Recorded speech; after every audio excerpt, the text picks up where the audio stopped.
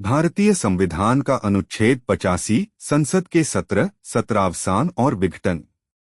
भारतीय संविधान का अनुच्छेद 85 संसद के सत्रों, सत्रावसान और विघटन से संबंधित है। यह अनुच्छेद यह सुनिश्चित करता है कि संसद समय समय पर मिले और महत्वपूर्ण मुद्दों पर विचार विमर्श करे और सरकार को जवाबदेह ठहराए। अनुच्छेद 85 के मुख्य प्रावधान।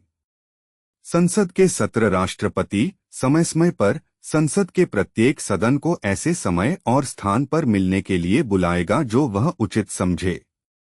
हालांकि संसद के 2 सत्रों के बीच 6 महीने से अधिक का अंतर नहीं होना चाहिए।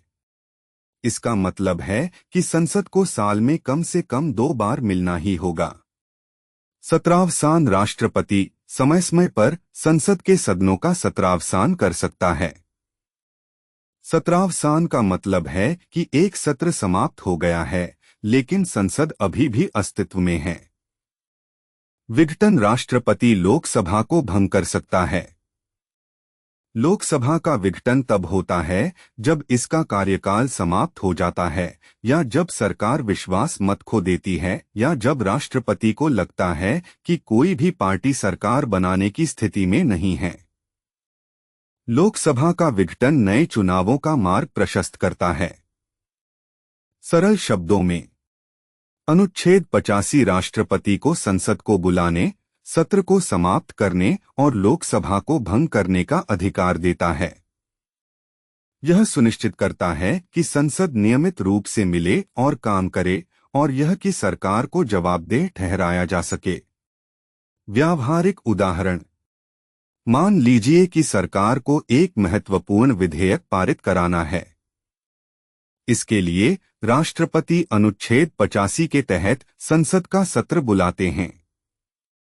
सत्र के दौरान विधेयक पर बहस होती है, संशोधन किए जाते हैं और अंत में मतदान होता है। यदि विधेयक पारित हो जाता है तो यह कानून बन जाता है। सत्र समाप्त होने के बाद राष्ट्रपति सत्रावसान की घोषणा करते हैं। एक और उदाहरण, यदि सरकार लोकसभा में अपना बहुमत खो देती है तो राष्ट्रपति लोकसभा को भंग कर सकते हैं। इससे नए चुनाव होंगे और नई सरकार बनेगी। एक और व्यावहारिक उदाहरण, 2020 में कोविड-19 महामारी के दौरान संसद के सत्रों को छोटा कर दिया गया था और सामाजिक दूरी के नियमों का पालन किया गया था। राष्ट्रपति ने अनुच्छेद 85 के तहत संसद के सत्रों को बुलाया और सत्रावसान की घोषणा की, लेकिन यह सुनिश्चित किया कि संसद आवश्यक कानूनों को पारित करने के लिए मिलती रहे। निष्कर्ष। अनुच्छेद 85 भारतीय संसदीय प्रणाली का एक महत्वपूर्ण हिस्सा है। यह सुनिश्चित करता है कि संसद नियमित रूप से मिले, सरकार को जवाबदेह ठहराए और देश के लिए कानून बनाए। यह अनुच्छेद राष्ट्रपति को संसद के कामकाज को सुचारू रूप से चलाने के लिए आवश्यक अधिकार प्रदान करता है।